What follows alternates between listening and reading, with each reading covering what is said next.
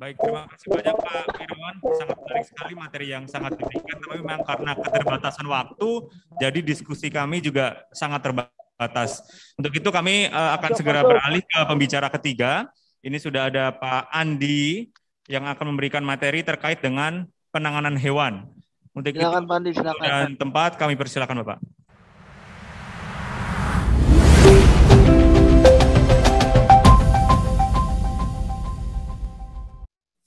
Izin dan baik, terima kasih Mas Sigi. Assalamualaikum warahmatullahi wabarakatuh. Selamat pagi, salam sejahtera untuk kita semua. Saya sebagai pembicara ketiga ingin membicarakan bagaimana cara penanganan sektoralnya Cengkareng ya, Jakarta Barat sektor 7. Di sini ada mungkin Instagram, barangkali ada rekan-rekan di daerah yang melakukan evakuasi namun tidak mengetahui identifikasi ular. Bisa langsung DM ke Instagram saya untuk mengetahui apa identifikasi ular tersebut. Saya akan balas cepat insya Allah. Oke, lanjut. Nah, di Indonesia ada 349 jenis ular, di mana 77 jenis diantaranya merupakan ular yang berbisa nih. Jadi kebanyakan masyarakat menganggap bahwa semua ular itu berbisa. Semua ular berbisa. Padahal hanya 10%-nya saja Pak. Hanya 10% saja. Nah, kurangnya pengetahuan tentang identifikasi ular, bagaimana cara penanganannya, serta pertolongan pertama pada gigitan ular, sehingga menimbulkan konflik antara manusia dengan hewan yang menganggap bahwa semua ular itu berbahaya. Nah Pak, tugas pemadam ini Pak, berada di tengah-tengah konflik itu. Ketika kita sudah melakukan sebuah penyelamatan, satu objek saja yang kita selamatkan, misalnya ular kita selamatkan, itu tandanya kita sudah menyelamatkan 2 objek. Kita yang pertama menyelamatkan ular dari ketidaktahuan manusia, bisa dipukul, dibunuh, seperti itu. Nah, yang kedua menyelamatkan manusia dari ular, Pak. Nah, jadi 2 objek yang kita selamatkan itu.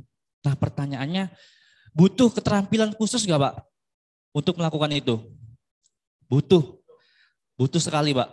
Karena resikonya di Indonesia itu, Pak, hanya tersedia 1 jenis antibisa. Bayangkan, dari 77 jenis ular yang berbisa, kita cuma punya 1 antibisa ular yang mencakup 3 jenis. Yang mencakup 3 jenis. Ini di sini ada Naja sputatrik, kobra Jawa, Pak. Yang pertama kobra Jawa. Yang kedua Calasema rhodostoma. Itu biasa kita kenal dengan ular tanah. Yang ketiga Bungarus fasciatus, pelang. Mungkin Bapak Ibu sering melihat ular berwarna hitam, putih. Nah itu berbisa tinggi. Nah ular ini yang menyebabkan kematian di Tangerang, Pak, security. Dia tidak tahu jenisnya, tidak tahu berbisa atau tidak. Dia lakukan interaksi, dipegang dengan santai, setelah kegigit, habis kegigit. Akhirnya beberapa jam ke depan meninggal. Nah ini penting, Pak. Sebelum kita melakukan teknik evakuasi, kita harus mengenal dulu, Pak. Mengenal dulu satu persatu karakter ular. Ya singkatnya dari 349 hanya ada 4 tipe ular yang kita kenali. Jadi singkat ya Pak. Nah, peran ular di alam. Ular merupakan hewan yang identik ditakuti masyarakat. Namun demikian, sebenarnya sebagian besar ular tidak berbahaya bagi manusia. Selain itu, ular merupakan bagian penting dari rantai makanan keseimbangan ekosistem. Adapun peran ular adalah sebagai pengendali hama tikus. Ular merupakan makanan atau mangsa bagi predator di atasnya. Seperti itu. Jadi predator di atas ular ini sudah tidak ada, Pak. Seperti ada biawak, garangan, kemudian elang. 3 ekor hewan predator di atas ular itu sudah tidak ada, maka siap-siap populasi ular pasti akan meningkat. Seperti itu. Oke, lanjut. Kita mengenali karakter, Pak. Karakter umum ular secara umum, Yang pertama bersifat soliter. Artinya di sini soliter dia tidak berkelompok, tidak bergerombol, tidak, ular hanya sendiri. Makanya sering kita temukan pada saat evakuasi kita hanya menemukan satu, Pak. Mungkin ada pernah menemukan sekaligus 2 atau 3. Ada, itu hanya ular yang baru menetas dari masa inkubasinya, Pak. Karena apa? Karena ular ketika berkumpul itu hanya pada saat kawin. Hanya pada saat dia kawin. Ketika dia kawin, kemudian dia bereproduksi, menelur, dan telurnya itu ditinggal. Ular tidak mengerami telur. Seperti itu. Nah, setelah ditinggal, masa inkubasinya sudah habis, menetas, tiba-tiba muncul, wah kami diteror ular, Pak. Nah, disinilah Pak jawabannya. Jadi pertama itu. Nah, yang kedua, ular selalu berpindah ke menjelajah. Nah, ketika Bapak melihat satu ular di sebuah pemukiman hari ini misalnya, kemudian besok Bapak lihat lagi, itu belum tentu ular yang Bapak lihat kemarin. Karena apa? Karena ular bersifatnya penjelajah. Dia tidak bertahan di suatu tempat yang cukup lama, tidak. Seperti itu. Nah, yang ketiga, ular tidak sebagian besar tidak mengerami telur. Tadi sudah saya sampaikan. Ular mencari tempat yang lembab dan gelap. Nah, hati-hati ketika kita sudah memiliki rumah, di samping rumah kita ada rumah kosong, jarang dihuni, ya, apalagi tempatnya gelap dan lembab. Nah, ular suka Pak tempat itu. Jadi kalau Bapak-bapak di rumah ada rumah kosong, silakanlah Pak kerja bakti 1 minggu atau sebulan sekali cek rumah kosong itu, atau sirami cairan yang ular tidak suka. Nanti ada dalam pembahasan kita. Nah, yang keempat, ular yang kelima, ular sensitif dengan getaran. Yang sensitif dengan getaran ini adalah jenis keluarga dari Elapidae sama Colubridae. Elapidae itu semacam famili ular kobra. Nah, kalau kita evakuasi ular kobra itu sangat mudah, Pak. Dengan getaran sedikit, kita akan tahu di mana posisi itu. Kedua, sensitif dengan panas. Nah, ini keluarga dari ular viper, ular tanah. Dia sensitif dengan hawa panas, Pak. Jadi hati-hati ketika melakukan evakuasi, ular tanah ini sangat sensitif dengan panas. Oke. Keenam, ular tidak menyukai bau wangi. Nah, kenapa dalam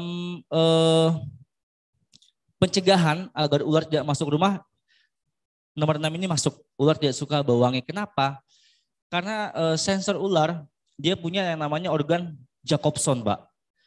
Organ Jacobson ini hanya bekerja untuk mencari tempat di mana mangsanya. Nah, kalau sampai rumah kita habis dipel, misalnya, dipel bau-bau, misalnya, biosol. Nah, ular itu mendeteksi biosol atau bensin atau oli, dia tidak akan meneruskan perjalanannya masuk ke rumah karena hidungnya terganggu oleh yang namanya bau wangi tersebut. Oke, lanjut ke nomor 7. Ular tidak menyerang kecuali dalam keadaan mendesak. Jadi ular tidak akan menyerang kita, Pak, kecuali kita melakukan interaksi terhadap si ular. Misalnya terinjak, misalnya mau melakukan evakuasi, dia akan menyerang. Nah, ini yang disebut teori kita, ular itu diingat ya Pak, bertahan hidup, berkembang biak, dan mencari makan. Seperti itu. Lanjut, nah ini rantai makanan Pak, ini penting.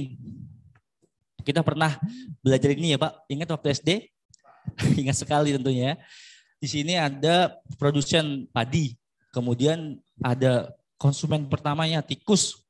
Di atas tikus ada konsumennya lagi si ular. Nah, di atas ular ada konsumen lagi predatornya, yaitu elang, barangan. Kenapa ular kok semakin meningkat populasinya, Pak? Karena predatornya ini sudah mulai menipis, punah. Jadi kalau elang sudah tidak ada, biawak sering diburu, kemudian garangan sering diburu, ya siap-siap jangka panjangnya. Kita akan melakukan yang namanya overlap. Siapa tugas-tugas itu nanti Pak? Kita juga Pak. Kita tentu di situ berada di tengah-tengah konflik itu. Kemudian biawak Pak, kalau perlu pada saat evakuasi, Kita beri edukasi kepada masyarakat, Bu. Biawak ini tidak berbahaya bagi manusia loh, Bu. Biawak, saya bawa biawaknya sebetulnya. Biawak ini mengatur keseimbangan ekosistem dari si ular. Kenapa? Karena biawak ini adalah predator si ular, Pak. Jangankan ularnya, telurnya saja sudah dimakan oleh si biawak. Makanya ketika saya melakukan evakuasi di wilayah saya, setelah evakuasi saya beri edukasi, Pak, biawak ini sangat penting di pemukiman. Bapak atau Ibu takut sama ular apa takut sama biawak? Saya takut sama ular, Pak. Kalau bisa biawaknya sudah saya evakuasi, saya lepaskan lagi boleh, Bu? Supaya mengatur ekosistem di lingkungan Ibu. Takutnya di sini terdapat telur ular yang tidak diketahui. Seperti itu. Jadi itu penting, Pak, ekosistem itu. Oke, lanjut. Nah, mengapa ular ada di sekeliling kita? Tadi sudah ada sebagian. Satwa yang habitatnya dekat dengan manusia. Kenapa dekat? Di pemukiman kita mungkin ada yang dekat perumahannya dekat sungai, ada yang dekat sawah. Nah, itu adalah habitat si ular, Pak. Siap-siap. Tapi kalau kita sudah mengikuti pelatihan ini, kita akan tahu, oh ini loh ular berbisa, ini loh ular yang tidak berbisa. Kalaupun yang tidak berbisa, biarkan saja dia berkeliaran, kecuali kobra. Kobra itu sangat berbahaya tentunya ya. Ada langkah-langkah khusus seperti kita pindahkan, kita buang ke tempat yang lebih jauh seperti itu. Nah, yang kedua, dia mencari makan. Ular itu mencari makan, Pak. Kalau Bapak melakukan evakuasi di rumah warga, dia sedang mencari makan di situ. Karena rumahnya, mohon maaf, agak kotor, kemudian banyak tumpuk-tumpukan barang. Nah, itu tempat yang disukai ular. Makanya kebutuhan ular itu masuk, di situ ada tempat lembab, gelap, tidak wangi, tidak bersih, siap-siap juga. Ini salah satu pencegahannya. Kemudian ular mencari tempat persembunyian. Jadi ular tidak bisa membuat sarang, Pak. Dia tidak bisa membuat sarang. Dia hanya memakai tempat spes-spes yang misalnya sudah ditempati tikus, ditempati misalnya gorong-gorong, lubang. Nah, dia di sana, dia tidak bisa membuat lubang sendiri. Nah, yang keempat, mendapat area yang tidak terganggu untuk memproduksi, namun tidak membuat sarang, ya kan? Ular tidak membuat sarang, tapi dia akan berproduksi di tempat-tempat yang sudah tidak dijamah lagi. Seperti tempatnya gelap, rumah kosong, itu harus sering-sering kita lakukan pembersihan, Pak, di rumah. Nah, kemudian ada kelima, perubahan tata guna lahan yang tadinya misalnya kebun. Tadi di sini kebun loh, sawah sudah diuruk, jadikan sebuah bangunan. Itu faktornya, Pak, mengapa ular ada di sekeliling kita. Oke, lanjut. Nah, habitat ular, Pak, dia ada 4. Yang pertama arboreal. Jadi yang hidupnya itu di pepohonan. Sering, Pak, evakuasi ular yang ada di pepohonan, Pak? Belum ada? Dah. Nah, itu dia berada di pepohonan. Biasanya ular itu berwarna hijau. Kebanyakan warna hijau itu dia hidupnya di atas pohon. Nah, yang kedua akuatik. Jadi ular yang hidupnya di air. Hidupnya di air kita jarang sekali itu. Biasanya pada saat banjir naik ke permukaan, masuk ke dalam permukiman warga, terjadi lagi konflik. Padahal ularnya cuma ular yang tidak berbahaya. Nah, karena ketidaktahuan itu sehingga menimbulkan konflik dan kita ada lagi di tengah-tengah itu. Kemudian terestrial yang berada di daratan, Pak. Ini ada perwakilannya, ada kobra. Kobra karena memang sangat eksis. Kobra ini salah satu ular yang memiliki kemampuan human modified, Pak. Jadi tidak semua ular memiliki kemampuan beradaptasi dengan manusia. Hanya kobra, piton, weling sedikit lah ya. Weling itu ulang. Ini kobra nih, hidupnya di daratan yang sering kita jumpai. Nah, yang keempat semi akuatik. Jadi sewaktu-waktu dia berada di perairan, di pinggir-pinggir sawah, di pinggir-pinggir sungai, kemudian berada juga di darat. Nah, ini disebut semi akuatik. Nah, kebanyakan yang ular berbisa itu dia hidup di malam hari atau nokturnal ya, Pak. Kalau hidup di siang hari diurnal, malam hari nokturnal. Seperti itu. Ulang ini dia aktifnya di malam hari. Dengan ular arboreal ini aktifnya di malam hari biasanya. Piton juga hidupnya di malam hari.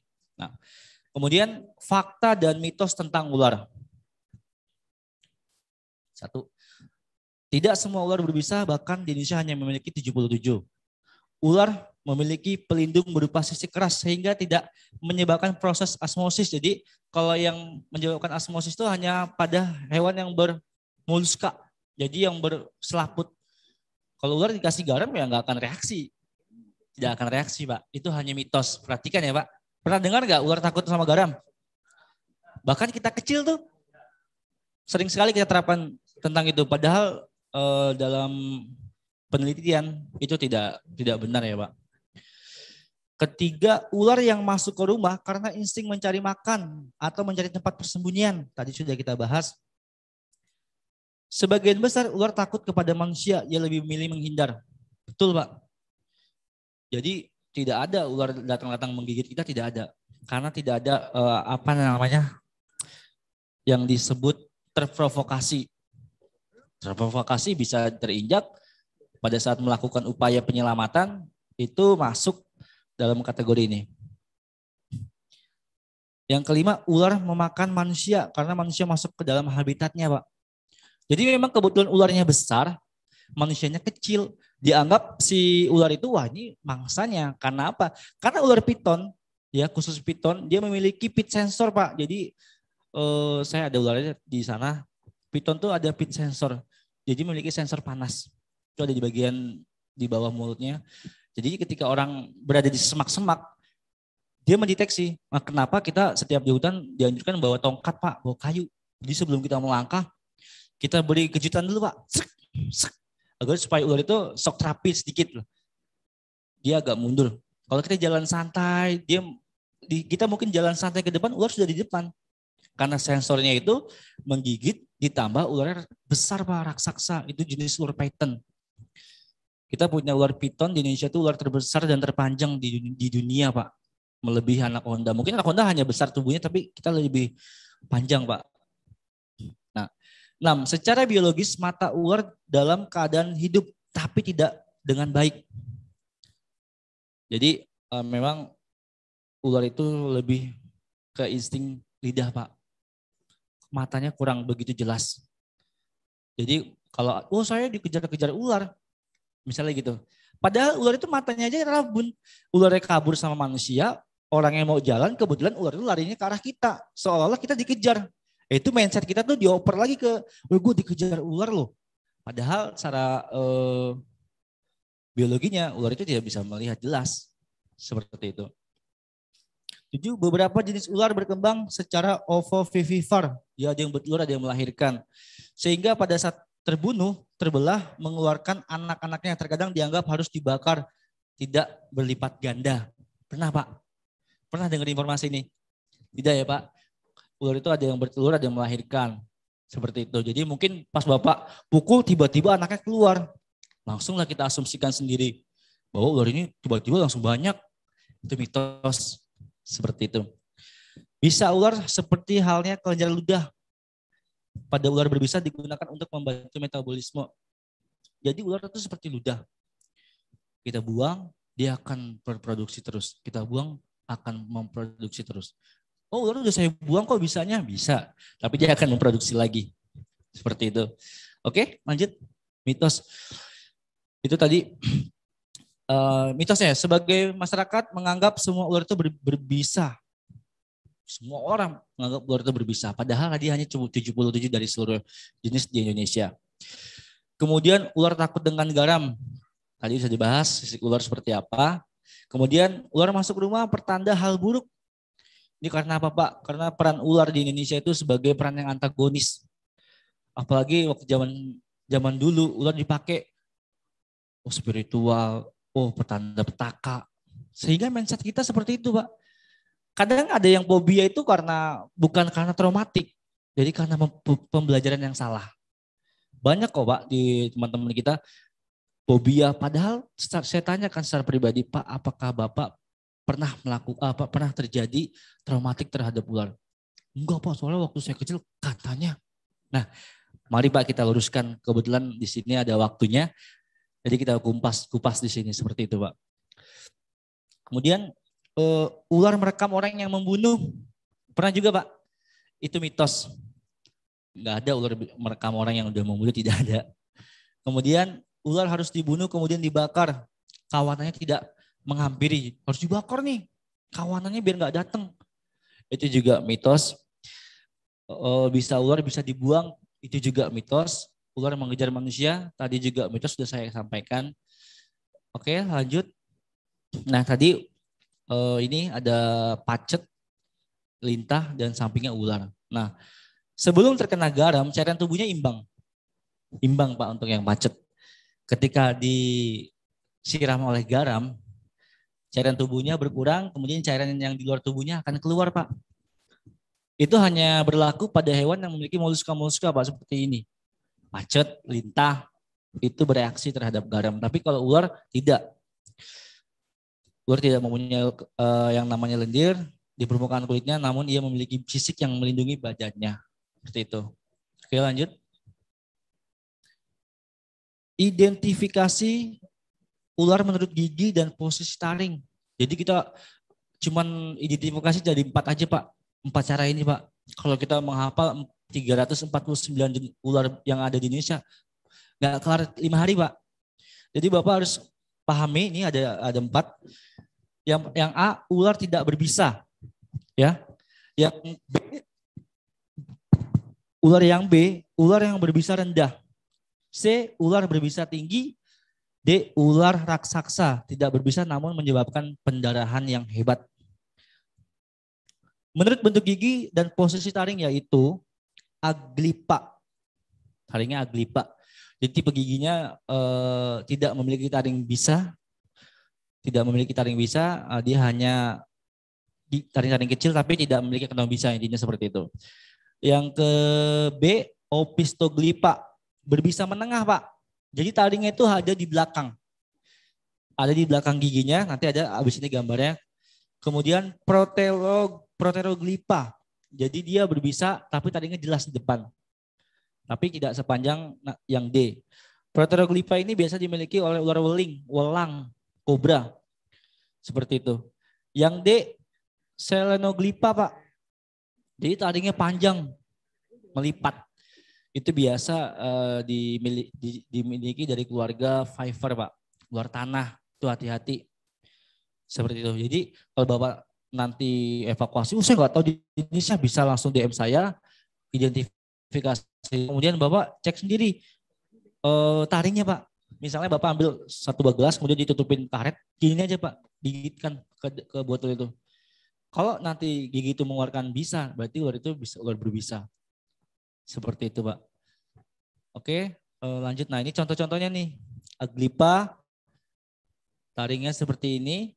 Opisto dia bertaring tengah, bertaring belakang. Kemudian Protero dia bertaring depan. Seleno bertaring panjang. Di sini ada 4 ekor ularnya ada. Sini king cobra.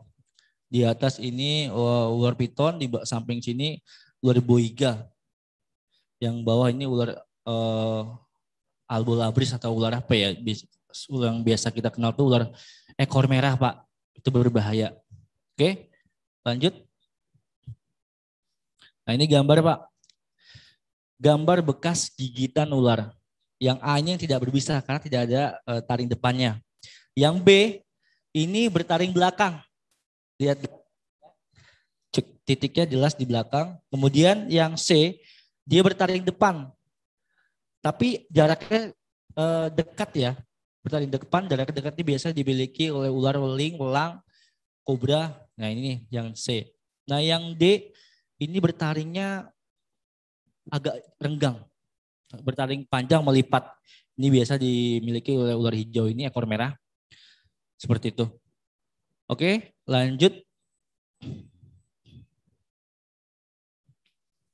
Nah, catatan penting. Perhatikan ya. Membedakan gigitan ular berbisa dan tidak berbisa secara visual. Ular berbisa memiliki taring yang berguna untuk menyuntikkan bisa kepada mangsanya. Bekas gigitan ular berbisa ditandai dengan bentuk menyerupai tusukan dan jarang mengeluarkan darah. Jadi ketika kita gigit kok nggak ada darahnya, nah itu biasanya itu ular berbisa Pak. Seperti kasus yang di Tangerang.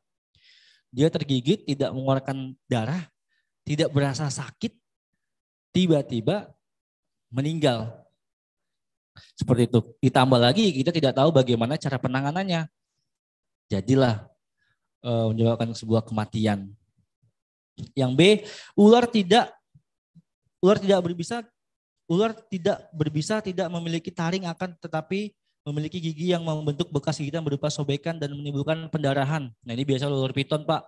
Pernah terjadi tuh saya lihat di Facebook viral, ada petugas pemadam kita yang mencoba menangkap tidak menggunakan alat, tidak menggunakan safety tool. Dia hanya menggunakan tangan kosong. Ketika dia tangkap, ular itu berbalik langsung menggigit, melilit. Ditambah saya lihat itu ada perlawanan dari si rescuernya. Ketika digigit, ditarik sama si rescue. Itu akan menimbulkan luka sobekan yang sangat besar nantinya, Pak. Seperti itu. Jadi ketika kita digigit, mohon maaf, jangan sekali-sekali kita lawan ya, Pak. Kita ikuti aja. Supaya apa? Supaya nanti bekas gigitannya tidak menjadi pendarahan yang hebat, lukanya makin besar seperti itu. Oke, lanjut. Ini ada bekas non-venom. Non-venom ini tidak berbisa, ini venom berbisa. Non-venom ini kita lihat bekas gigitannya. Ini sebetulnya kalau kita lihat gigitannya ini tidak ada perlawanan karena tidak terlalu besar ya Pak. Bagus juga ini mengurangi luka gigitan yang sangat fatal. Jadi ketika digigit kita ikuti dulu alurnya, kemudian baru kita lepaskan. Yang venom, lihat luka gigitannya di situ cuma titik 2 ya, tidak menimbulkan darah atau tidak mengeluarkan darah, tapi efeknya berbahaya Pak. Dia menyerang saraf seperti itu. Biasanya yang menyerang saraf ini bisa neurotoksin seperti kobra, beling, itu bahaya Pak. Ya perbedaannya jelas ya Pak, ular berbisa dengan tidak berbisa. Oke lanjut. Kondisi gigitan, dry bite dan wet bite. Dry bite, kondisi ular berbisa tidak menyuntikkan bisa pada saat melakukan gigitan. Jadi ketika digigit, kemudian karena udah kecil, ini beda ular, beda cara penanganannya. Ketika kita tergigit, kemudian kita lepaskan dari gigitan itu bisa jadi bisa itu tidak menyuntikkan atau terjadi yang namanya injeksi si venom itu tidak terinjek. Nah pengalaman saya pernah Pak kejadian seperti ini. Itu saat saya live di suatu stasiun televisi. Kebetulan pada waktu itu saya berinteraksi secara live dan saya tergigit. Langsung saya ketika dia mau menyuntikkan bisanya, saya lebih cepat daripada gigitan itu Pak. Sehingga menimbulkan luka ringan.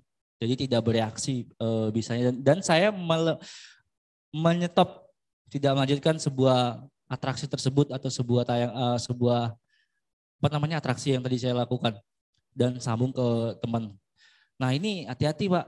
Kalau ada ular kecil mau gigit, lebih baik kita menghindar aja. Jangan seperti, katanya kalau digigit ular jangan ini. Kalau ular tidak berbisa seperti piton, oke, itu untuk tidak menimbulkan sebuah luka robek. Wet bite, kondisi ular berbisa menyuntikkan bisa pada saat melakukan gigitan. Bisa dilakukan oleh semua jenis survivor. Ada gigitan mengalami envenomation lokal atau sistemik. Jadi bisa itu masuk Pak. Envenomation itu artinya sudah masuk lah bisa itu. Pertanyaannya bisa itu ada 2. Kalau masih di lokal, itu artinya kita melakukan sebuah penanganan yang sangat luar biasa, sangat berhasil. Karena bisa itu masih dalam fase lokal.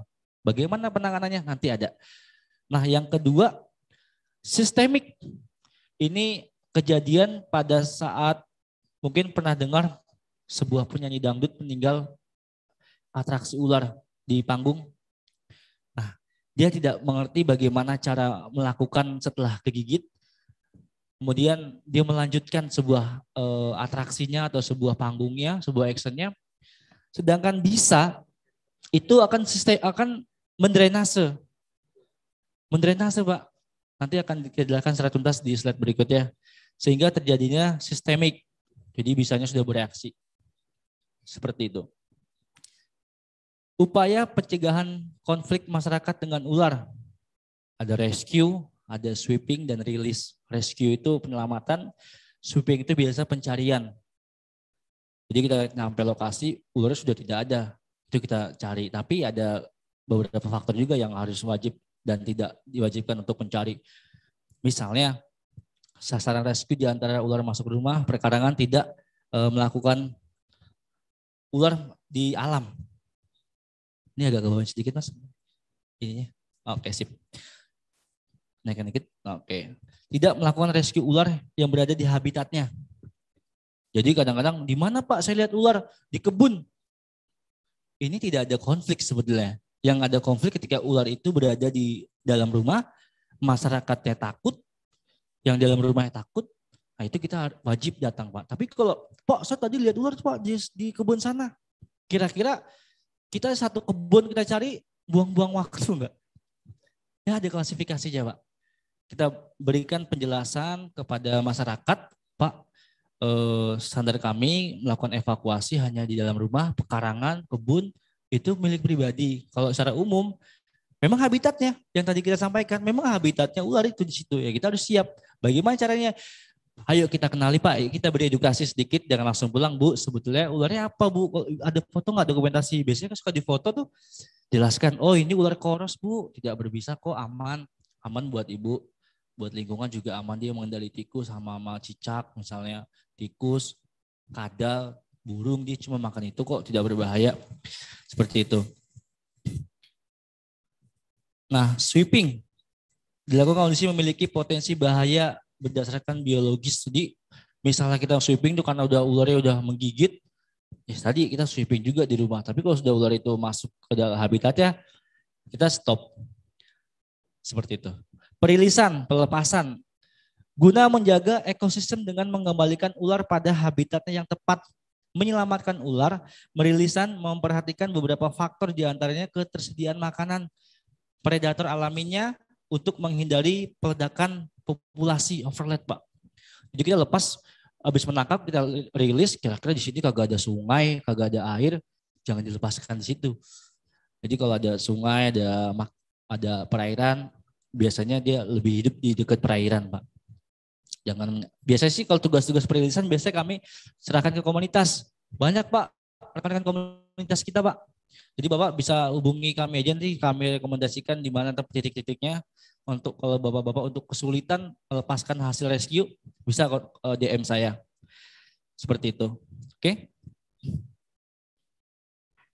Hal penting dalam penanganan ular.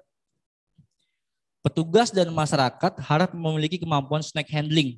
Jadi kita perlu tuh Pak yang namanya snake handling. Mengenali jenisnya, memahami karakternya. Jadi kita kenali, oh jenis yang tadi disampaikan di sini ini ular yang tidak berbisa. Memahami karakternya secara biologis. Kemudian mengetahui penggunaan peralatan tiap jenis ular Pak.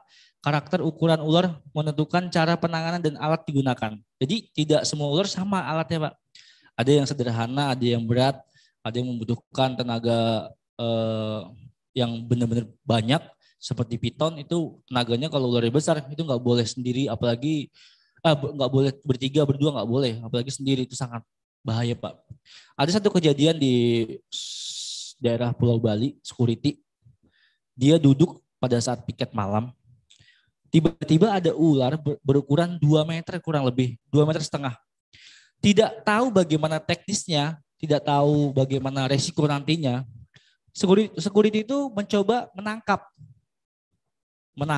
karena dia tidak tahu bagaimana bahaya resikonya, tiba-tiba terlilit, kebetulan sendiri, tidak ada rekan yang jaga. Kemudian terlilit, saluran pernapasan itu dikunci Pak. Si ular piton itu selalu mengunci saluran pernapasan si korban atau mangsanya, seperti itu. Sehingga security itu tidak memahami bagaimana tekniknya, terjadilah penyumbatan saluran napas dan akhirnya meninggal. Jadi ular piton memang tidak memiliki bisa. Bukan berarti tidak berbahaya. Ini perlu diingat Pak, piton tidak berbahaya kok nggak ada bisanya. Jangan sekali-sekali Pak. Wah piton ini lilitannya sangat kuat sekali Pak. Jadi ketika dia melilit, oke lilitannya pertama pelan. Nanti kalau sudah nyampe leher Pak, itu ibarat, mohon maaf, ibarat sudah sampai leher ini ibarat aqua kita pegang.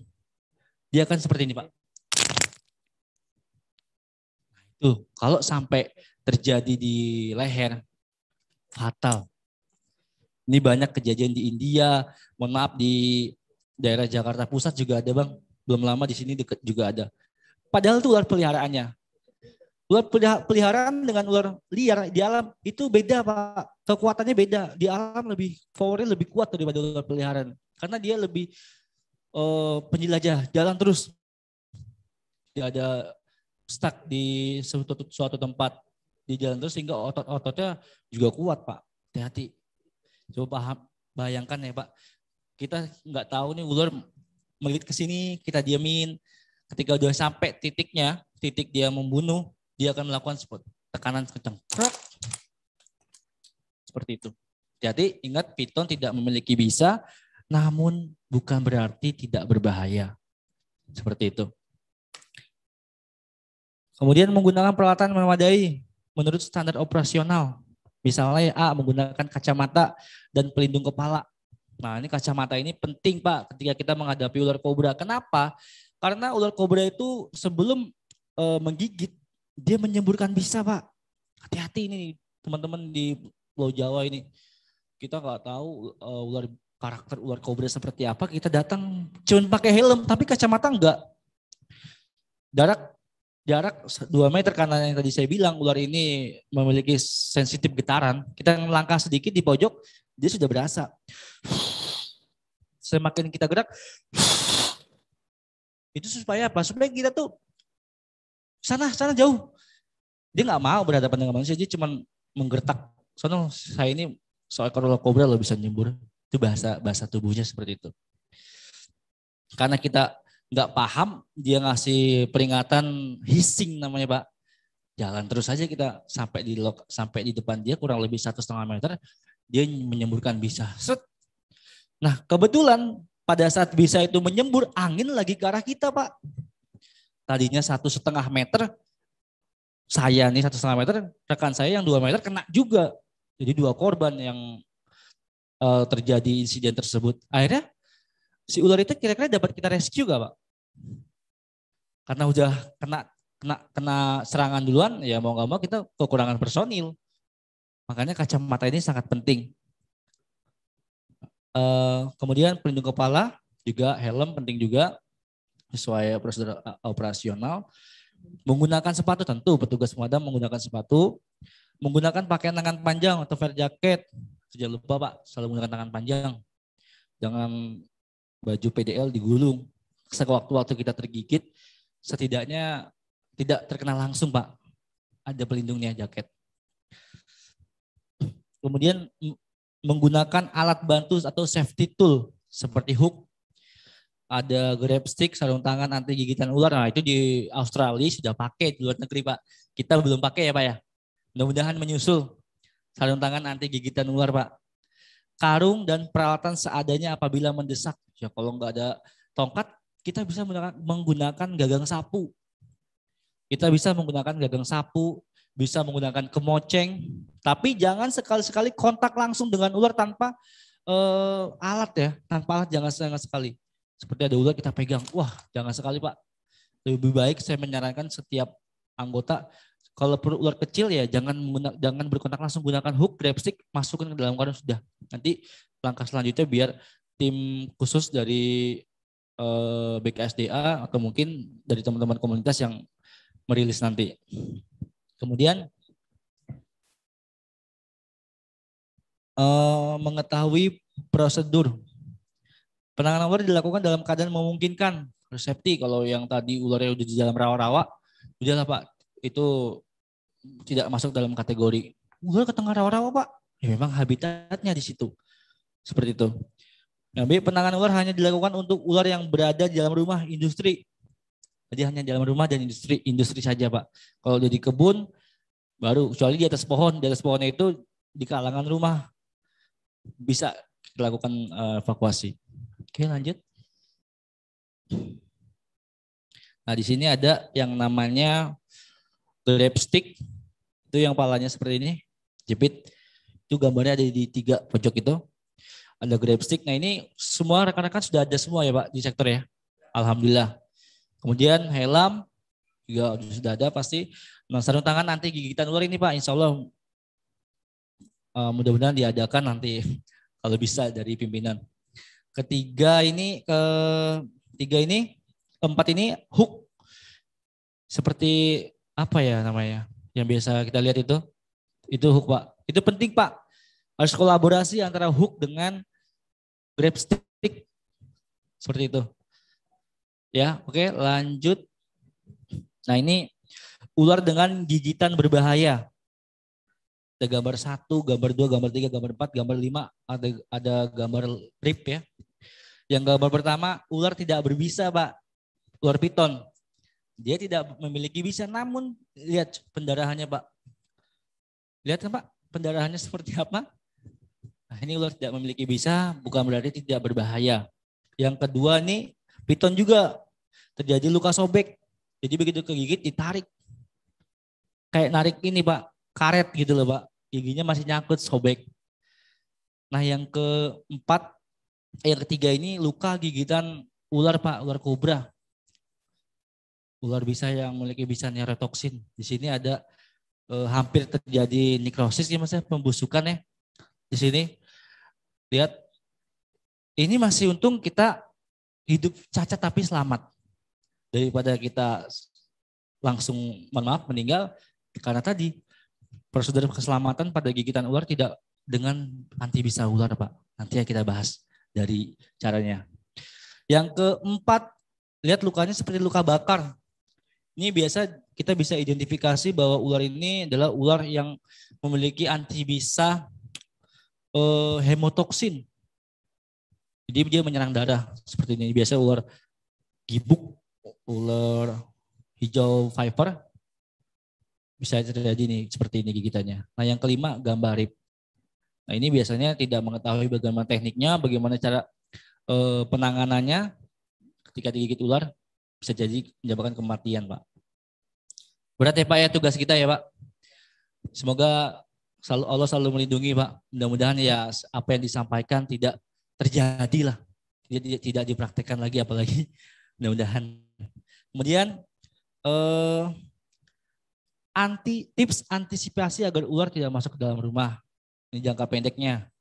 Tadi jangka pendeknya sudah dikasih tahu menutup saluran pembuangan Pak. Bisa jadi dari dalam rumah kita tutup Pak, kawat. Ini perlu kita edukasi kepada masyarakat yang menelpon kita, kemudian selesai evakuasi kita jangan langsung pulang.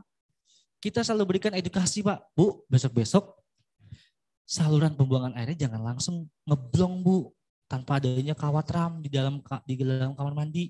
Supaya akses ular masuk ke dalam rumah terhambat. Seperti itu. Yang kedua, menjaga kebersihan nih Bu. Ibu bahkan banyak tumpuk-tumpukan barang nih Bu. Tolong dipindahkan.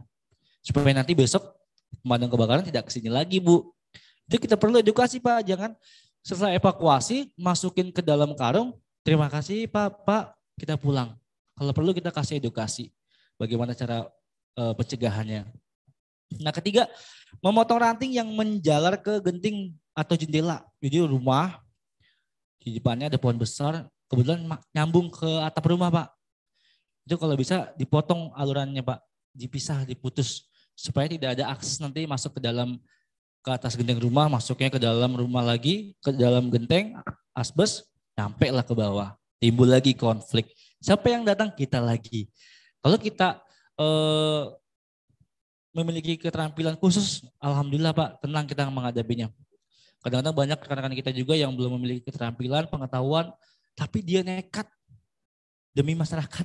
Ini yang saya sedihkan kadang-kadang Pak. Kasihan, resikonya sangat besar kan Pak. Tadi bagaimana luka dari gigitan yang tidak berbisa sampai menyebabkan kematian. 4, ini memelihara angsa atau anjing atau kucing karena ketiga hewan tersebut memiliki karakter teritorial. Cuman kalau kucing saya tidak menyarankan ya, enggak, takut seolah-olah membenturkan antara kucing dengan hewan. Takutnya nanti ke depan ada yang bermasalah. Karena kucing memang hewan yang memiliki teritorial. Kedua ada angsa. Itu angsa hewan yang memiliki jiwa teritorial Pak. Jadi kalau misalnya Bapak Ibu di rumah ada lahan kosong pelihara angsa. Lebih ekstrim lagi pelihara anjing misalnya di sini ada. Kenapa? Karena angsa ini memiliki jiwa teritorial. jangankan ular yang kelihatan, yang tidak terlihat aja Pak, angsa. Itu biasanya dia tak lihat. Seperti itu. Kayak suara gerasak-gerusuk di atas pohon, dia bunyi. Menandakan bahwa ada sesuatu di situ. Dan biasanya kalau udah nampak ke depan angsa itu akan mengusir. Karena dia memiliki jiwa yang namanya teritorial. Seperti itu. Bila ular masuk rumah, laporkan ke petugas pemadam kebakaran setempat. Pasti kita juga itu. Nah, jangka panjang, jaga populasi predator di atas ular atau pemangsa ular di alam seperti garangan. Itu harus dijaga Pak, jangan sampai diburu. Kadang kita banyak lihat di Facebook, garangan banyak diburu, ya, biawak banyak dikonsumsi. Terus kemudian elang udah mulai tidak ada, ya udah siap-siap overload populasinya. Nah, ini contohnya Pak. Ini ada burung predator, dia mau makan ular. Kemudian ada biawak, dia makan telur, makan ular. Ada burung hantu, dia pemakan ular juga. Garangan juga pemakan ular. Nah, kalau sampai 4 hewan ini tidak ada lagi Pak, tugas kita semakin berat tentunya. Makanya setiap edukasi kita berikan yang namanya edukasi ini loh Pak, begini, ular itu begini, tidak semua berbisa kok. Hanya 77 ekor dari 349, kurang lebih 10% lah. Nah, penanganan ular kecil dengan toples. Ini nggak bisa diputar, nanti next. Oh bisa ya, oke. Nah ini kenapa saya bilang tidak kontak langsung dengan ular Pak. Tidak langsung kontak langsung dengan tangan. Ini bisa menggunakan cara toples dengan kertas. Tutup aja Pak, kayak tadi. Nah setelah ditutup dimasukkan kertas supaya kita bisa membalikan seperti ini. Nah kalau udah ditutup jangan main langsung dibuka. Nah kebetulan orang ini adalah rekan saya juga. Beliau adalah produser Panji dulu waktu zaman masih on air, Panji Petualang. Dia namanya Bang Dul Duance. Informasinya bagus sekali dia. Dia datang ke kantor saya meminta gimana sebagai petugas tolong dong tips untuk masyarakat untuk apalagi pas dia datang itu pas lagi naik-naiknya itu Mas. Naik-naiknya ular itu banyak ya di Jakarta. Nah, dia datang ke tempat saya, dia buat sebuah tayangan edukasi supaya masyarakat juga bisa sebelum pemadam datang, masyarakat juga bisa melakukan tindakan tersebut. Jadi bisa mengurangi juga Pak eksistensi kita Pak. Oh masyarakat udah bisa loh karena video ini, tutorial ini seperti itu. Jangan ya, jangan sekali-sekali memegang ular secara langsung Pak. Kecuali kita udah paham, oh ini ular kobra, janganlah. Menghindari Pak, menghindari aja Pak kontak langsung dengan ular berbisa. Nah itu ular kecil. Nanti kalau mau lihat lebih panjangnya bisa di YouTube. Nah, penanganan ular berukuran sedang dengan teknik tekan kepala menggunakan alat. Nah, kenapa ular kobra harus ditekan dulu kepalanya? Jangan langsung diangkat seperti ini. Kenapa, Pak? Pertama dia menyembur. Bisa kita menggunakan alat tanpa dipegang kepalanya langsung masuk. Takutnya orang yang ada di sekeliling kita dia menyemburnya itu membabi buta. Terkenal lah kru. Seperti itu. Makanya harus ditekan dulu kepalanya. Ditekan kepalanya sudah, kemudian dipegang. Posisi kepala itu jangan ke depan, apalagi ke atas. Harus tunggungin ke bawah. Takutnya sewaktu-waktu dia nyembur, bisa kemana-mana ya bisanya Pak. Jadi ketika karungnya belum ada, tekan kepalanya sudah terpegang, tunjukin ke bawah tanah. Supaya tidak menyembur ke atas atau ke depan. Seperti itu. Ini teknik penanganan ular besar. Tadi piton Pak, yang tangannya berdarah itu tidak safety, tidak menggunakan alat, tidak menggunakan karung, kurangnya juga edukasinya sehingga terjadi luka pada tangan tadi, apalagi sampai sobek. Nah, kita bisa menggunakan tekniknya pakai karung Pak, ditutup. Yang satu ekor jangan sampai dilepas kalau ya. Satu ekor ini kuncinya Pak. Jadi satu ekor megang satu orang megang ekor, satu orang megang karung untuk menutup kepalanya. Sudah ditutup. Nah, dia mengurangi sensor tadi, pitch sensor itu Pak. Di pitch sensornya sudah mulai ketutup. Jadi dia tidak bisa menggunakan organ itu dengan baik karena sudah ketutup dengan karung tadi. Nah, sudah tertutup. Baru kita sudah tutup, kemudian kita pegang. Nah, pada saat kita pegang, next videonya, maaf. Nah, di sini ada tekniknya. Kebetulan rekan saya juga beliau. Nah, ini kalau sudah kondisi terpegang kepalanya, Pak, jangan membuat lekukan pada si ular, apalagi sampai dilepaskan ekornya. Jangan sampai teman kita melepaskan ekornya. Lihat nanti efeknya, apalagi sampai nanti dinaikkan kepala sini, Pak. Biasanya baru evakuasi, kemudian kita foto, ditaruh di leher. Jangan sekali-sekali, Pak, seperti itu, Pak. Yang tadi saya katakan, banyak beberapa orang yang meninggal karena, nah ini, pada saat melakukan evakuasi misalnya sendiri, darurat ya, walaupun tidak dianjurkan, tapi ada tekniknya. Tapi kalau sebisa mungkin jangan dipraktekkan. Nah, lihat, kenapa kita harus melindungi setengah bagian dari tubuh.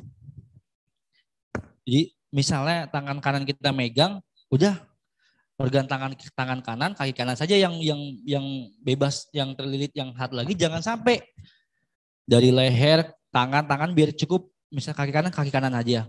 Jangan sampai kaki kiri juga ikut masuk ke ke belitan si ular. Itu menyebabkan kurang gerak nanti kita, Pak, nggak bisa minta pertolongan orang lain. Kalau salah satunya terbebas, kita bisa lari, Pak, minta pertolongan. Pak, tolongin saya, Pak. Ini saya kegigit nih, sumpama. Tapi palanya saya pegang, Pak. Bapak tolong pegang ekornya aja. Nanti di situ bisa lakukan teknik pelepasannya. Kalau sudah sampai seperti terlilit, kita bisa lepaskan ekornya, melepaskan lilitan dari ekor. Tarik ekornya secara kencang, sekencang-kencangnya untuk melepaskan lilitan. Nah, ini jangan sampai nih. Ini contoh yang salah. Ini adalah contoh yang ini kalau didiemin, kalau didiamkan, Pak, mati saya, Pak. Jangan, apalagi ukuran ular ini sebesar paha orang anak kecil lah. Lihat cara teknik pelepasannya, ekornya dipegang. Tarik sekuat mungkin, jangan lekukan. Misalnya gini, jangan. Harus lurus. Ekor sama ini lurus. Tangannya kiri itu harus melindungi leher, Pak. Supaya apa? Supaya nanti leher kita nggak terkunci lagi. Makanya kita harus amankan leher seperti ini, Pak. Tangan satu megang, tapi tangan jangan dilepaskan ya. Mulut jangan dilepaskan. Tangan satu megang mulut, satu megang leher. Ini untuk melindungi. Seperti itu. Supaya tidak terjadi yang namanya lilitan mematikan. Dia pinter, Pak. Piton itu melilitin langsung saluran pernapasan loh. Itu yang sangat unik sekali. Tuhan menciptakan makhluknya macam-macam tapi fungsinya sama. Ada yang nggak berbisa tapi mematikan, ada yang tidak besar tapi mematikan. Seperti itu. Oke, lanjut. Oke, lanjut. Ini cara teknik memasukkan ke dalam karung. Ini juga penting supaya kita nggak sulit-sulit lagi. Tekniknya ujung ekor dipegang, ujung kepala dipegang. Lihat, nah walaupun di depannya melipat, ini masukkan dulu sebagian ujungnya. Nanti yang dilipat bisa diluruskan. Seperti itu. Nah, kalau sudah seperti ini, ada yang tekniknya lagi. Masukkan tangan dalam karung, tangan kanannya, tangan kirinya nyambut, Pak, dari luar. Oper tangan, kalau sudah tangan sudah kepegang, baru tangan kanannya lepas. Jadi kita nggak perlu cepat-cepatan begitu keluarin enggak. Jadi dua tekniknya seperti itu. Ketika masuk kita sambut tangan kiri dari luar karung, sudah dipegang, baru kita lepas tangan kanannya kita. Seperti itu. Lanjut. Nah, ini jenis ular Pithias coros ya, jadi sering sekali, tapi banyak jadi fitnah. Oh, ini ular kobra, gitu loh. Ini kejadian saya di wilayah saya. Pak, ada ular kobra. Setelah sampai lokasi ternyata ular coros. Ya setelah itu ya kita jangan langsung pulang. Bu, ini ular coros, Bu. Makanannya cuma burung, katak, tikus, tidak berbisa. Barangkali barangkali akan saya lepaskan nanti ke alamnya, atau mungkin biasa lepaskan di sini, Bu. Ini untuk mengatur ekosistem Ibu, misalnya Ibu banyak tikus, banyak katak. Enggak, Pak, bawa aja. Oke, baik, kami bawa ya, Bu, seperti itu. Tapi kita jelaskan, Bu, ini bukan ular kobra loh, ini ular coros. Enggak berbisa loh, Bu. Jadi kita harus kasih edukasi ya, Pak. Jangan lupa saya ingatkan, Jangan habis edukasi langsung kita kantongin seperti itu. Oke, lanjut.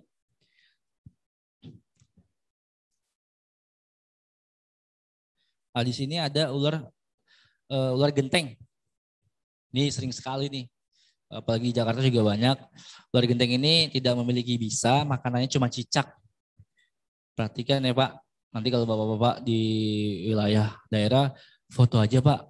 Nanti identifikasinya biar saya balas. Banyak kok rekan-rekan kita di Indonesia tuh Pak, yang peduli terhadap lingkungan juga banyak komunitas-komunitasnya. Kemudian ular ini hanya makan cicak, dia biasanya aktivitas di atas genteng Pak. Di atas genteng, di bawah-bawah pohon, di samping-samping pot. Seperti itu. Jadi ingatin ini dia tidak berbisa dan tidak juga berbahaya. Kemudian ular pipa ya, Scindrophis rufus. Ini eksis ketika pasca banjir Pak. Jadi ular kepala 2, pernah dengar Pak? Nah ini ularnya Pak, ini nggak berbisa kok. Dia panjangnya maksimal 70 cm, habitatnya persawahan, tanah gembur dan berlumpur. Jadi di got-got dia suka eksis juga tuh di pinggir ke sungai. Makanannya cuma kadal, cacing, tanah, dan ular lainnya yang lebih kecil. Jenis bisa tidak berbisa. Oke, lanjut. Nah, ini ular air kelabu ya. Panjangnya cuma 48 cm, habitatnya sawah, makanannya ikan dan katak. Dia hewan yang hidup di air, akuatik. Seperti itu, Pak. Ini ular jali, ular bang jali, Pak. Panjangnya maksimal 3,5 meteran, 3,5 meter. Habitatnya hutan semak-semak. Sebenarnya ini terlalu panjang 3,2. Saya cuma menemukan itu 2,5 sampai 3 meter sih. Makanannya tupai, burung, katak, jenisnya tidak berbisa. Ini emang hampir difitnah lagi. Oh ini king cobra. Karena king cobra percis warnanya seperti ini, Pak. Dia memiliki corak-coraknya seperti king cobra, markingnya lah seperti itu. Lanjut, ini tidak berbisa. Nah ini ular lanang sapi, ya dia bisanya actionnya dia itu mipis seperti sapi Pak, makanya disebut orang Jawa bilang lanang sapi. Dia juga tidak berbisa, sangat membantu para petani untuk mengendali hama tikus. Biasanya petani sangat akrab dengan ular ini.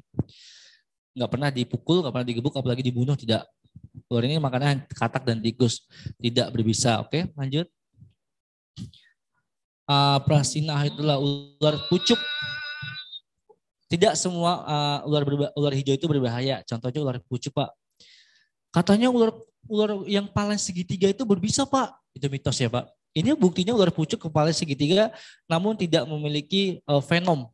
Tapi dia memiliki gigi yang seperti ular venom memiliki, taringnya panjang juga, tapi dia tidak memiliki kantong bisa. Habitatnya di pepohonan, perkebunan, jenis bisa tidak berbisa rendah, namun berbahaya buat mangsanya seperti kadal, cicak, seperti itu. Makanannya kodok, kadal. Nah ini lanjut lagi. Kalau saya mau Rhizostoma ular gibuk, ular tanah. Ini hati-hati Pak, perhatikan bentuknya, kepalanya segitiga, dia punya warna dominan coklat. Ular ini lebih pasif, dia tidak aktif sekali Pak.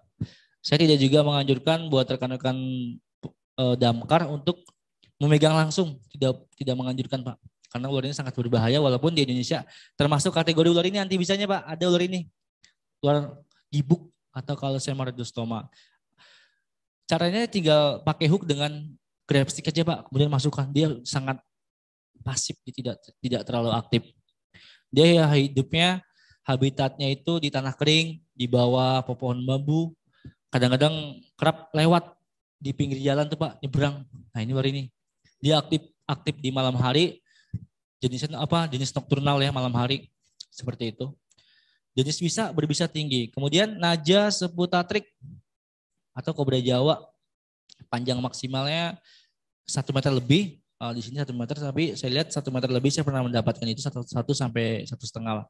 Habitatnya di perkebunan, makanannya kadal, katak, tikus, jenis bisanya sangat berbisa tinggi. Nah ini kobra ini yang saya bilang tadi memiliki kemampuan human modified, dia kemampuan adaptasinya sangat baik. Dia sama manusia sangat baik, adaptasinya sangat bagus sekali. Dia bisa hidup di dalam rumah, bisa hidup di samping rumah kita. Dia bisa berkembang biak di sana. Oke, lanjut. Bungarus candidus walking. Panjang maksimal 1,5 meter, habitat lahan pertanian, pegunungan, perkebunan, makanannya kodok. Nah ini ular yang berbahaya juga Pak, kerabat dekat dengan welang. Welang sama weling serupa tapi tidak sama. Weling lebih kecil ukurannya dan ekornya kebanyakan lancip. Kalau welang hitam putih tapi ekornya kebanyakan tumpul. Dan ciri-ciri welang hitam putihnya itu nyampe ke perut Pak. Kalau weling dia hitam putih namun di bawahnya ini tetap putih. Tapi kalau welang hitam putihnya tembus. Ini hitam di atas, hitam di bawah gini melingkarnya tembus. Itu welang. Nah yang ada anti bisanya cuma welang. Oke lanjut. Nah ini ulang ya Pak. Nah first aid for snake bite incident. Nah di Indonesia kita melakukan penanganan gigitan ular itu salah Pak. Berjamaah bisa dikatakan oleh Dokter Trimalani atau pakar anti gigitan ular. Nah ini penanganan dengan cara lama Pak. Ada yang pakai batu penawar, ada yang pakai ikat, ada yang disedot. Kenapa ini tidak dianjurkan? Menurut penelitian Pak, di luar ini standar WHO ya, guideline WHO, bahwa gigitan ular itu tidak melalui pembuluh darah. Bisa ular tidak melalui pembuluh darah. Tapi dia melalui kelenjar getah bening. Kelenjar getah bening dan pembuluh darah itu sifatnya berbeda ya Mas ya. Kalau pembuluh darah sesuai dengan jalan denyut jantung, dia akan terus berjalan. Tapi kalau kelenjar getah bening, dia akan bereaksi ketika terjadinya kontraksi. Misalnya digigit kayak kasusnya Irma Bule, penyanyi dangdut ya, sorry saya sebut namanya. Dia tergigit namun tidak melakukan hal ini. Hal imobilisasi yang dianjurkan oleh guideline WHO. Kenapa diimobilisasi? Ketika bisa itu masuk ke dalam tubuh, dia hanya lewat kelenjar getah bening. Kelenjar getah bening dia akan terkontraksi ketika kita bereaksi dan bergerak. Langkahnya harus diimobilisasi agar supaya bisa itu tidak mendrainase ke dalam tubuh yang menjadikan bisa itu menjadi sistemik atau sudah mulai merusak sel otot jantung dan lain-lain seperti itu. Nah, kenapa harus kenapa harus diimobilisasi? Karena supaya si bisa itu masih dalam tahap lokal. Lokal ini artinya bisa ini masih di tangan ini. Penanganan itu benar. Ingat penanganan ini menentukan hidup dan matinya korban. Jadi kalau penanganan gigitan ular itu tidak dimulai dengan anti bisa, tidak. Kita mulai dari penanganan awalnya ya. Imobilisasi itu sangat penting. Jadi lakukanlah imobilisasi ketika digigit ular. Pak, saya tidak tahu Pak jenis ularnya. Imobilisasi. Nanti langsung diobservasi ke rumah sakit, nanti diobservasi di sana, oh ini bisanya seperti ini, lukanya seperti ini, oh ini tidak berbisa Pak. Imobilisasi hanya dilakukan 2 kali 24 jam. Slide-nya boleh di next saja. 2 kali 24 jam, next saja. Nah, metode Nah ini tadi metode imobilisasi. Jadi kalau dimobilisasi itu hanya 2 kali 24 jam. Kalau imobilisasi kita berhasil, itu bisa tidak menjadi sistemik Pak. Jadi kita tidak perlu membutuhkan anti bisa. Coba bayangin Pak, 77 jenis ular di Indonesia, itu kita cuma punya 1 Pak. Ular itu hanya ada di Jawa dan Sumatera, dan Kalimantan juga ada ular belang. Pertanyaannya buat teman-teman kita yang berada di Papua, di Indonesia bagian timur, kalau tergigit apakah masih bisa berharap selamat Pak? Bisa. Dengan cara imobilisasi tersebut. Seperti itu. Ada anti bisanya seperti ular king cobra, ada anti bisa di Thailand. Tapi kita butuh berapa lama untuk ke sana, Pak? Tapi kalau menggunakan cara metode imobilisasi apa yang dianjurkan WHO, itu banyak yang selamat. Karena bisa itu masih dalam tahap lokal. Biasanya kata dokter terima hari ini itu, kita tergigit oleh hewan ya, misalnya kayak kalajengking, itu bisa itu kalau ini bisa keluar dari saluran pembuangan seperti keringat, seperti urin, seperti buang air besar, itu bisa keluar. Tapi kalau sudah sistemik, wah dia sudah merusak. Artinya kita sudah tidak bisa menolong si korban dengan cara imobilisasi. Karena kurangnya pengetahuan tersebut, banyak korban Pak. Di Indonesia itu kasusnya itu gigitan ular itu kalau tidak salah di atas kanker dan di bawahnya penyakit HIV. Jadi tinggi Pak gigitan ular. Karena apa? Kurangnya pengetahuan tentang penanganan gigitan ular Pak. Jadi karena kurangnya pengetahuan itu kita nggak tahu caranya, masih disedot, masih disayat. Karena bisa itu sekali lagi tidak melalui pembuluh darah, tapi melalui kelenjar getah bening. Seperti itu. Nah, secara garis metode imobilisasi, identifikasi, deteksi fenom. Jadi setelah di rumah sakit, sampai nanti di rumah sakit deteksi, di observasi gigitannya. Misalnya sekarang jam sekian, tanggal sekian, jam 12. Catat jam 12. Oh nanti 2 jam kemudian diobservasi ini bisanya ini masih menyebar enggak? Pembengkakannya masih menjalar enggak? Kalau bisanya masih di situ, wah itu yang dinamakan keberhasilan dalam penanganan pada gigitan ular. Tuh Pak. Pertama pada gigitan ular berbisa tinggi dilakukan mengacu pada guideline WHO 2015 dan pedoman BPOM 2017. Seperti itu. Oke, next. Tadi langkah pertolongan pertama ya Pak, gigitan ular itu merupakan faktor penting. Sekali lagi, langkah pertama pertolongan pada gigitan ular berbisa tinggi merupakan faktor penting. Penyelamatan korban gigitan ular berbisa di mana menjadi solusi ketidaksediaannya antivenom. Hal ini dilakukan oleh orang awam atau tenaga kesehatan dengan peralatan terbatas. Catatan, pertolongan pertama bertujuan mempertahankan bisa ular tetap berada di fase lokal, di mana fase ini tidak dibutuhkan antibisa. Jadi antibisanya nggak perlu Pak. Kalau sampai penanganan awal ini sudah benar. Yang diperlukan, misalnya udah terjadi pembengkakan, sudah gagal napas, sudah nekrosit, itu butuh yang namanya serum anti bisa ular. Seperti itu. Oke. Tadi ini tenangan korban sudah disampaikan di P3K ya. Jadi ketika terjadinya gigitan, tenangkan korban dulu. Sabar Pak, tenang dulu ya Pak. Bapak ada dokumentasi nggak Pak ularnya seperti apa? Atau ciri-cirinya Pak seperti apa Pak? Ciri-cirinya dia mengembang Pak, menyembur. Wah kobra ini. Kalau dia menyembur, mengembangkan tudungnya, pasti kobra misalnya seperti itu. Identifikasi ular bisa diketahui dari bekas gigitan dan keterangan korban tentang ciri-ciri ular yang menggigit. Dalam kurung perlu diketahui apakah bekas gigitan berasal dari taring ular berbisa, gigitan ular tidak berbisa, atau gigitan hewan selain ular. Yang kedua, melihat gejala apakah terjadi rasa takut, pusing, mual, gemetar, berkeringat, dan tindakan irasional. Jadi kurang tindakan yang di luar nalar kita lah Pak.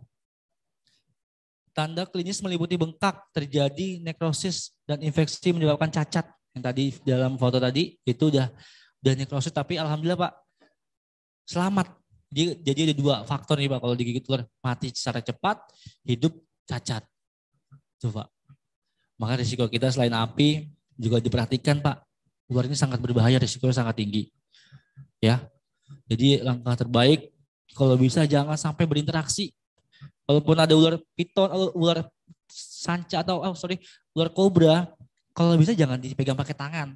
Kalau bisa, kalau cuma sendiri jauh-jauh. Orang aja khusus, jangan ada lingkaran orang di sekeliling ular itu. Supaya nanti kalau dimasukkan ke dalam karung menggunakan grepsik tidak ada semburan kemana-mana. Seperti itu. Oke. Yang memposisikan kepala korban ke arah samping dengan mulut lebih rendah, mencegah aspirasi jika terjadi muntah. Itu udah. Catatan apabila ternyata gigitan ular berbisa, maka penanganan sebatas pertolongan pada ular tidak berbisa. Kalau bukan berbisa ya, ini gigitannya tidak berbisa, luka sobekannya besar, itu biasa ular piton Pak. Next. Langkah pertolongan lanjutan dilakukan oleh tenaga medis. Jadi kalau udah pertolongan pertama, tetap biar medis yang melakukan pertolongan. Pemeriksaan fisik dan identitas. Pak, Bapak dari mana? Kita periksa, tanya identitasnya dari mana. Kemudian yang ketiga penilaian klinis. Oh, takutnya saya digigit ular mematikan nih Pak. Tenangkan lagi. Kadang-kadang kita takut sama ular tuh bukan karena traumatik, karena jangan di situ tuh, itu ada ular berbahaya. Jangan di sana.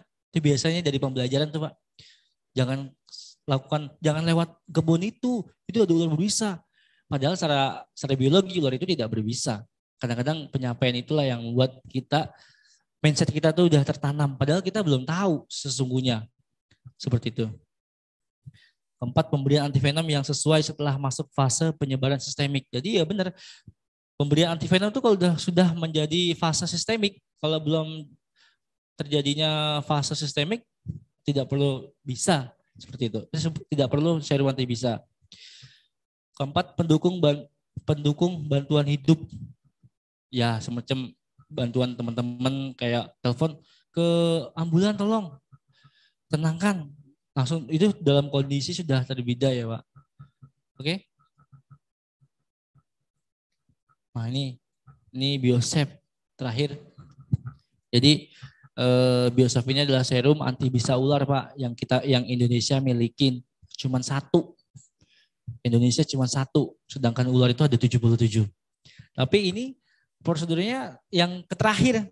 Kalau sudah sistemik baru kita gunakan Biosafe. Tapi kalau langkah pertolongan awal tadi apa Pak? Imobilisasi itu yang terpenting Pak. Ini nomor 19 lah bisa dikatakan. Kalau imobilisasi itu sudah berjalan dengan baik, benar, insya Allah bisa itu masih dalam tahap lokal. Seperti itu Mas Singgi dan rekan-rekan semua. Kurang lebihnya saya tutup. Nanti kalau ada pertanyaan boleh silakan. Saya kembalikan ke Mas Singgi, terima kasih.